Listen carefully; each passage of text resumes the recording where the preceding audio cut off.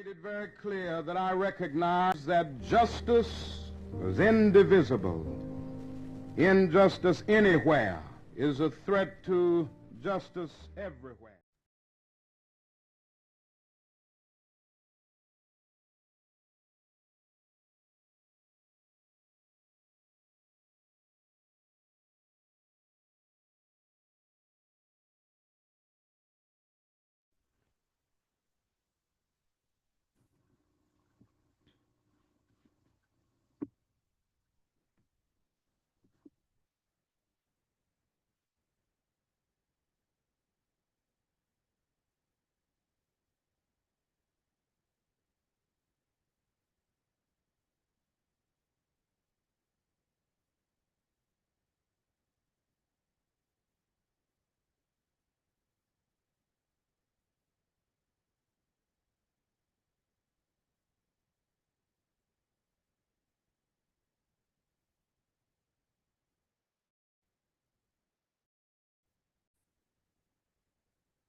Good day, everyone. Whether it's morning, noon, or night when you're looking at this video, I want to tell you thank you so very much for taking time out of your day to just check in and see, what Sandra and Nick are talking about today. What is there on their agenda for today's Black History event?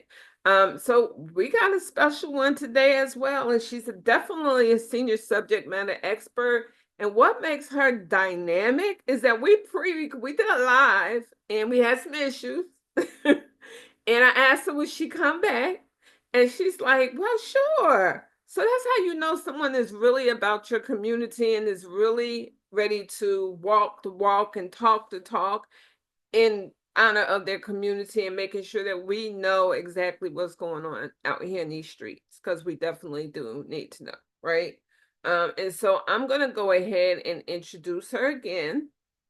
And I'm going to let her tell us a little bit about herself, but I wanted to take the time to acknowledge the fact that she came back and she was like, I'm going to show up for my community. What's that? You had an error? No problem. Let's just go ahead and do this again. Because I definitely want to get the information out. And she definitely didn't have to do it, but she's here. So I'm going to go ahead and I'm going to actually introduce her, let her introduce herself, and then we'll go ahead and get the questions to going and get the answers to answering. So give me just one moment. Yes, ma'am. Okay, and so today we have with us Nkoyo. I'm going to let her pronounce her last name. I studied it, I practiced it, and I've been gone all day today while we're doing this video. And so I'm like, I'm not going to butcher her last name. I'm going to let her say it as well as introduce her beautiful self. You see, she has such a pretty and infectious smile. So I am going to go ahead and turn it over to her, and then we'll start asking the questions so that we can get them done. Thank you so much, Nkoyo. Please go ahead and introduce yourself. Thank you, Miss Sandra. Again, my name is Nkoyo Ojuok, and that's Ojuok, Ojuok. I am the founder of Uhuru Mama Maternal and Family Wellness Center. Also, I'm a co-founder of the Uhuru Academy along with my husband. I am a mother of 8. I am a birth worker, a practicing traditional midwife. I am a pale advocate, and many other things. I am here because I am passionate about the work. I'm passionate to be in the community, to give education wherever I can. I always seek to advocate. I think that's my number one thing. My grandmother used to always say, girl, you argue with a stop sign. That's right. And then especially when I know what I'm talking about. Yes, I will. So this work is to be in the advocacy side, especially, it is a great work for me. However, I do love bringing babies onto this earth side and helping the mamas and the babas do it together. So that is about. I've been in the birth working community for about officially probably about 10, 12 years, unofficially about probably 20 years, just doing what naturally has come to me. And I'm grateful for that. And now being in these last couple of years, being in the midst of great, informative subject matter experts as yourself and Nneka J. Hall and Mother is Supreme, I've been able to expand on the information that I have and that I'm able to give out as well, and also expand on my network. So I'm grateful to be here to be able to, again, give others the information that I have, and any of the experiences that I have that can help someone else. That I'm grateful to be able to be here to do that. I thank you so much for that. So my first question is, what inspired you to be a community health healer? What inspired me was the fact that I had been there. Again, I think I move in the lessons that I have. And so when I didn't have a support system and advocate for myself, I didn't have the knowledge and the education about what a pregnancy was, what a pregnancy included, what to expect after giving birth, what to expect after giving birth, what's the difference between a cesarean and or a VBAC and just a natural birth. So I wanted to be able to offer that to others, especially teenage moms, as I once was myself. I wanted to make certain that they had someone there that was able to guide them in the space where they were, and with not without judgment, with straight love and passion and just education. Thank you so much for that. And thank you so much for giving up your time. You know, when I read your bio, and I said 8 kids, what she get with 8 kids? So she don't even look like she old enough to have one. But here she has 8 children. I'm like, Yes, wow. ma'am. I'm like, so I mean, when you look at it and you say, do you have experience? Well, yeah. I absolutely. You know what you're doing? Yeah, like Yes. I learned after one, but you have 8. And that's Yes. amazing. That is truly amazing. What training or qualifications do you have, or did you have, and should someone else have? Should they be looking to enter into the healing practices or the maternal and fetal health practice? Yes, I would say that the, the modalities that I use, I'm going to say that I found whatever information I can find, I go out and I seek it. And I normally look for those who have the energy and the passion that's similar to myself. And so definitely I'm going to mention Nneka J. Hall again with Mother is Supreme for her pill advocacy classes. She also has fertility classes. She has a herbalism class. So anything. She has a plethora of classes that you're able to take to get certifications, to get a great wealth of knowledge. Also, I would say going into herbalism, because I know that's one big thing for me. If you're going to go into the maternal health and you're looking at it on the holistic side, I guess, or I would say do Herbal Academy. And that is a great place to start there. Also, the National Black Midwives Association, if you're looking to go into that segment. However, just going on, I think the first thing is following your first mind and making certain that you're looking for that knowledge that you seek, whatever it is that direction you're going within maternal health. Then you find those experts. You find the person that is doing what you would like to do, or they've done it and they're teaching about it, and you go find those. There's Jenny Joseph with her organization as well. She's a great a midwife, a Black midwife. We also have Sophia Monroe Consulting, that you can look them up online, and you're able. She has a doula certification program that you can go through. Along with that, they have all the subject matters that you can take to go along with that. Also, just go to your community, your community resource center, your WIC office, the Department of Human Services, and you can ask them what the services that they offer. Normally, you'll be able to get in connections with those and network with those that will be able to help you get in those trainings as well. Okay, and thank you so much. Now, when a woman makes an appointment, now, I have a question for you. Have you ever had it where the dad has called and said, hey, my girl is pregnant. I'm like really into it, and I want her to actually do a holistic um birth. Do you ever get those calls from the dads that step up and say, so can we make a consultation to come in and see you?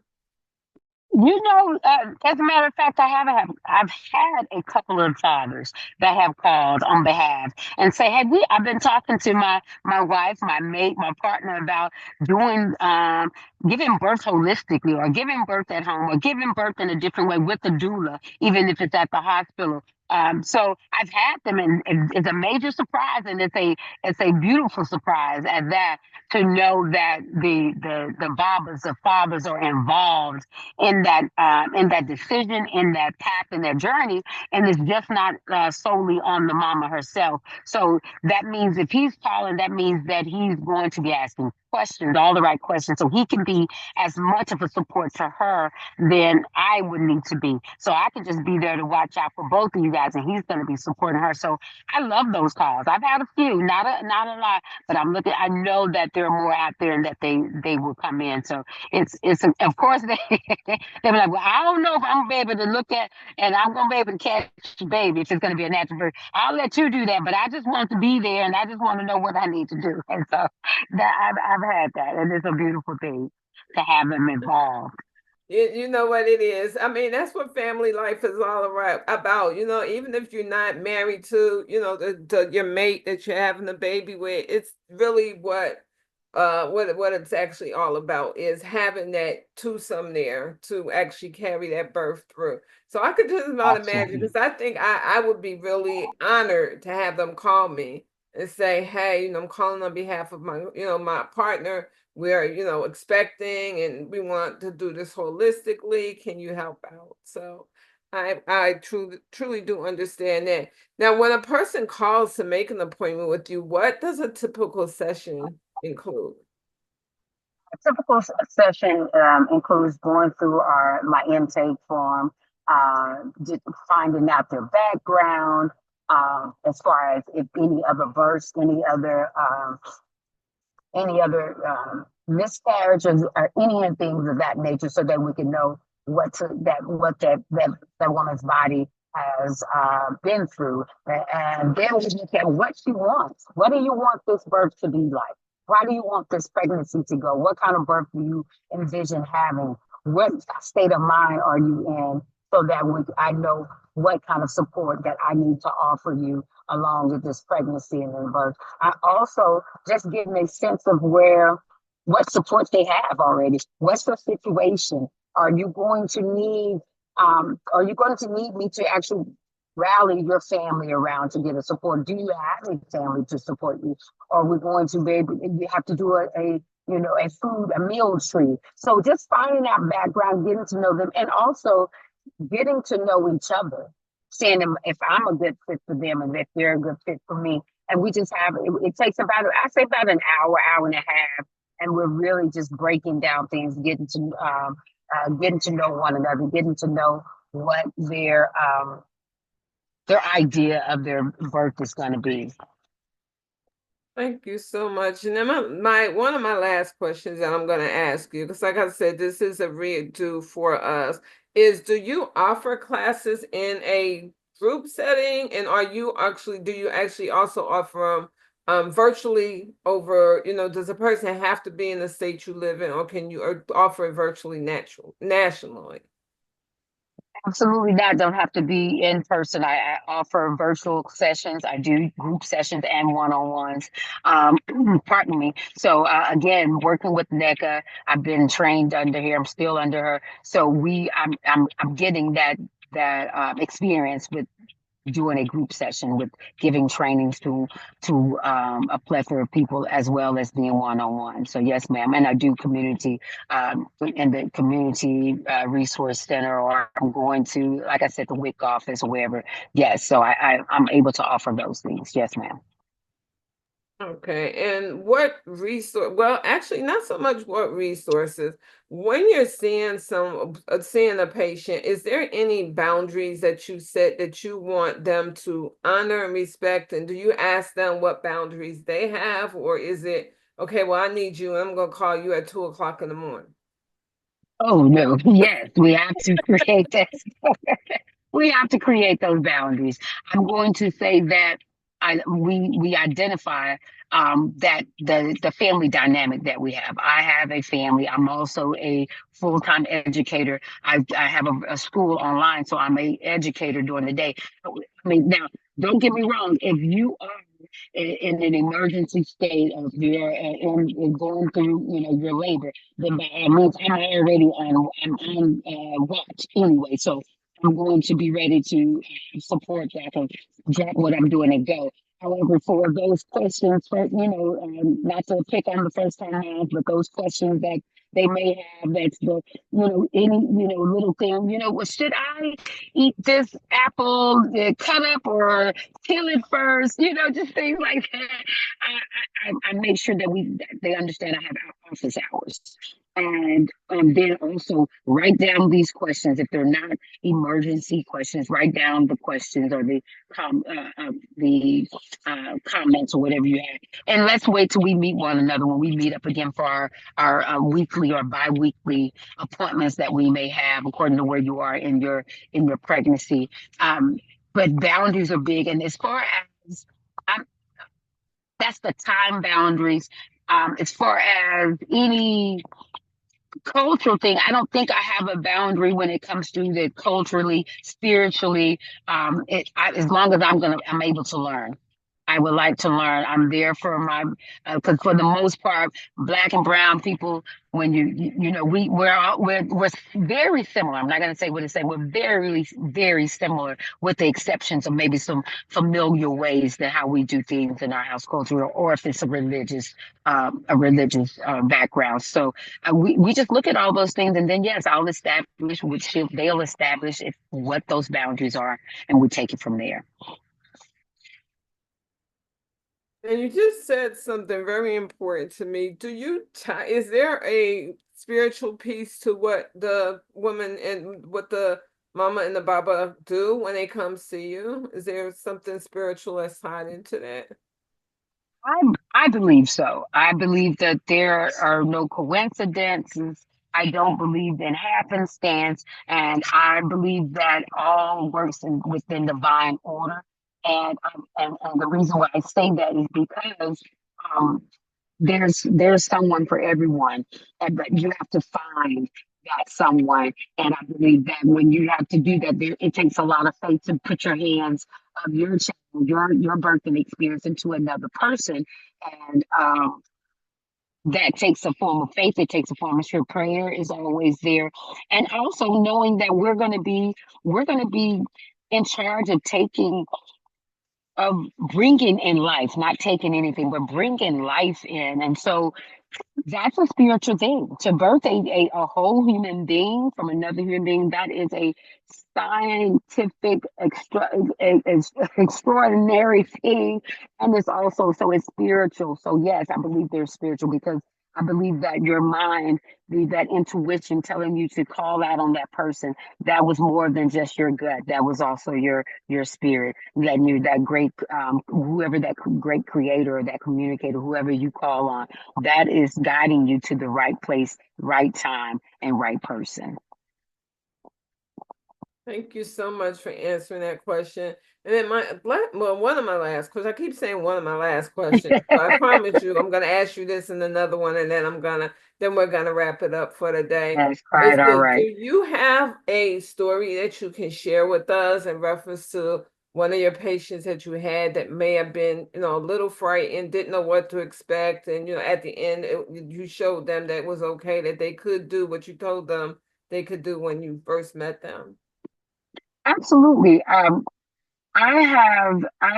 actually have two short ones. I have one, this was one of my very first doula supports. And she was a second time mom. She had a teenage son, and she was giving birth to, again, after maybe 13, 14 years. So, and she was in a different situation. She's a corporate mother.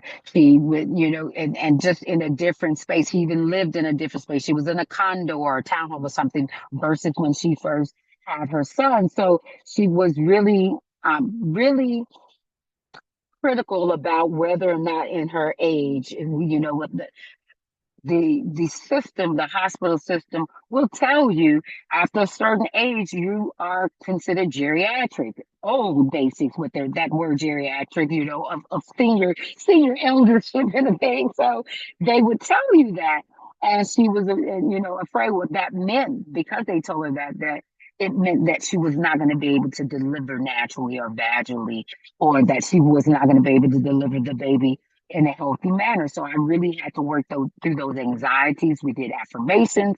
I would give her information that she can study on her own to really give her that sense and boost of confidence. So she would call me. She was one of those persons that really helped me. Matter of fact, be able to set up those boundaries, because prior to, I was like, yeah, call me anytime. I'm here. I'm going to answer. And she was one. I'm like, well, I might need to create some sense of boundary, because she would call and email a whole lot because she was anxious about it. So by the time we got to time to give birth and go through that process, she remembered her affirmations. She remembered we created that space for her. We did it at home, created the space for her. She was confident that she could trust herself, her body, even the fact that they're telling her that she is in geriatric pregnancy and high risk, because they put that with high risk. And so again, another trigger that will cause you to be up in arms about whether or not you are capable of being able to carry out this experience and this job that you sent here to do.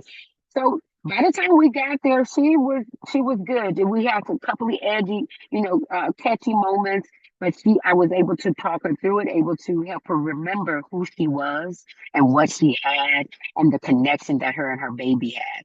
And so that one was a great one. And here lately, just last year, I helped a young lady do a natural birth on the land that we have, and it was her first, her and her mate's first, and she's a naturalist, and so there she wanted so much to be ideal, the ideal birthing plan. She had it all laid out, and I reminded her that you could plan it, but just be ready for whatever you and the baby decide at that time, because ultimately baby is going to be the one that say, all right, I'm coming, or no, I was just kidding. Let me chill for a little bit. I'm just kidding.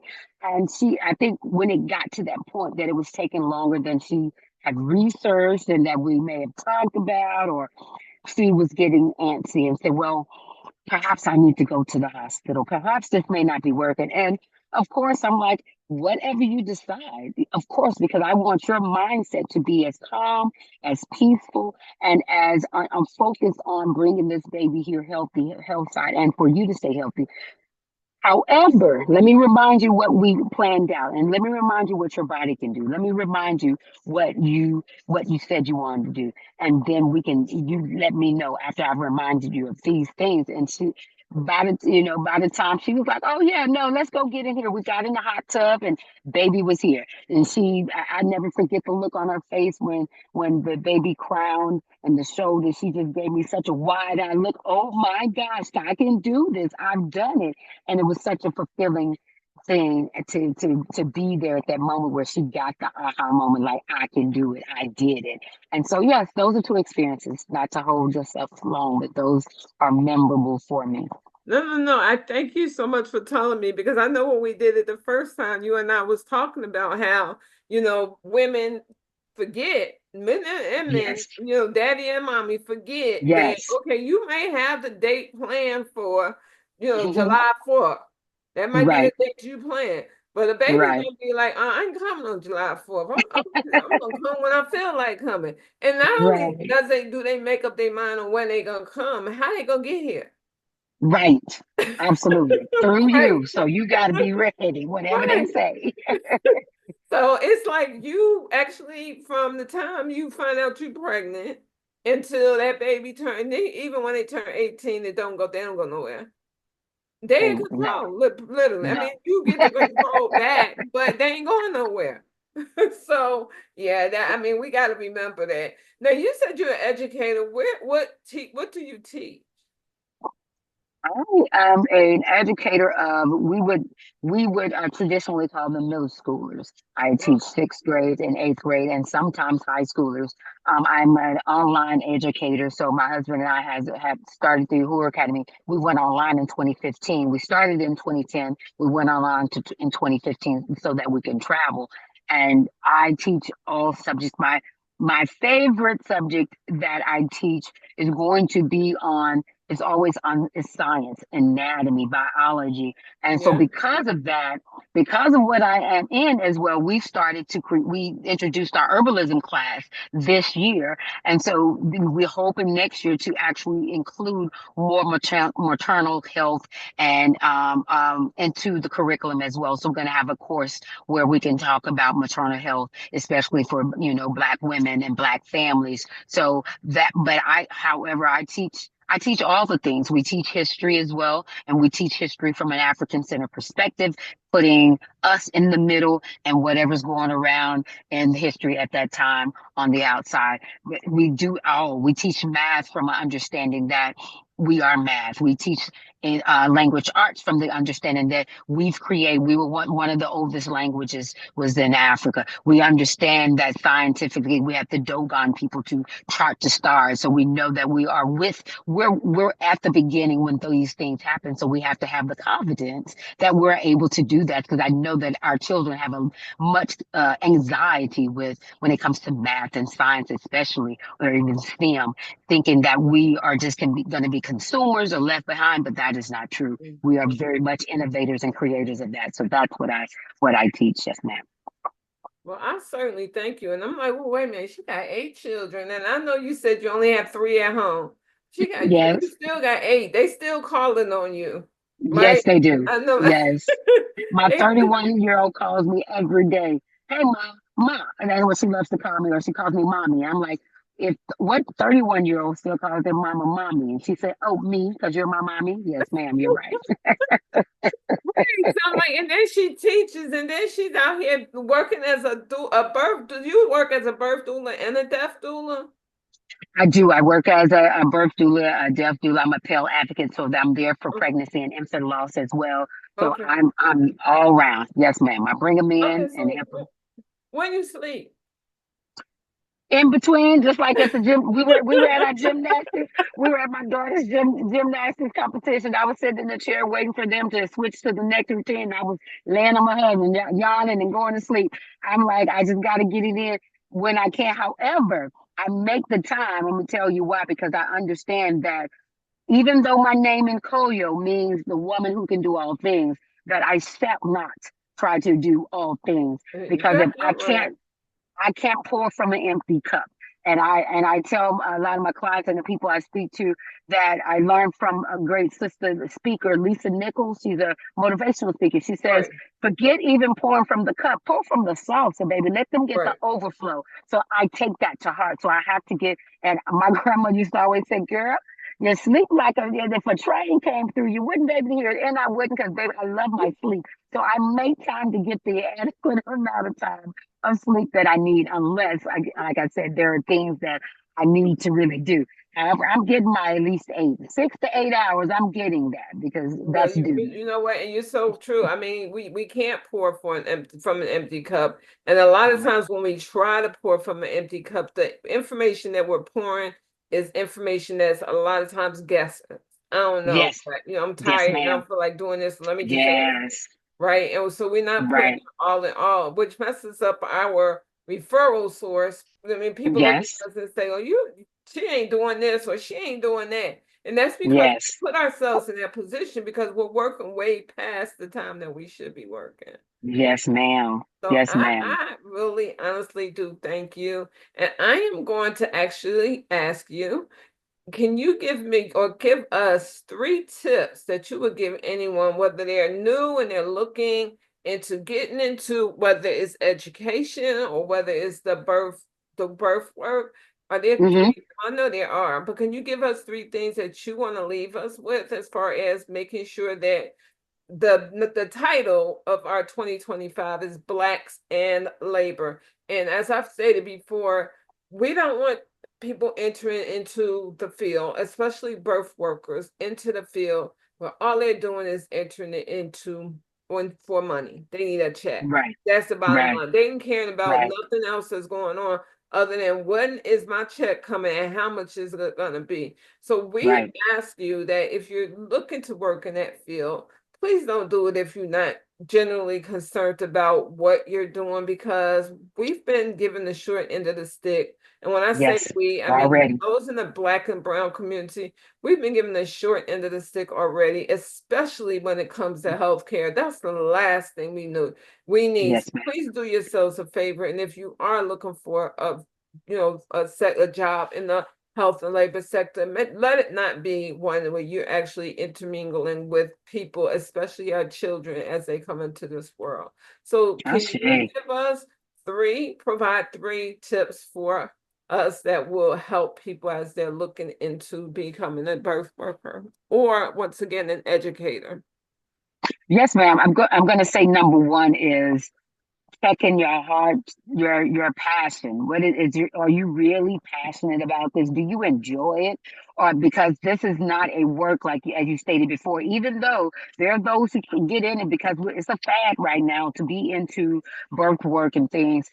But it's not, the money is not the reason, because we don't get paid nearly as much as what the value of what we bring to the table is. So so with that, make sure that this is what you want to do in whatever arena you get in. There are so many avenues that you can go into when it comes to maternal health, again, especially Black maternal health, the policy and procedure side, the actual birthing side, the teaching side, the advocacy side, the support side, the medical side is being definitely being a medical worker.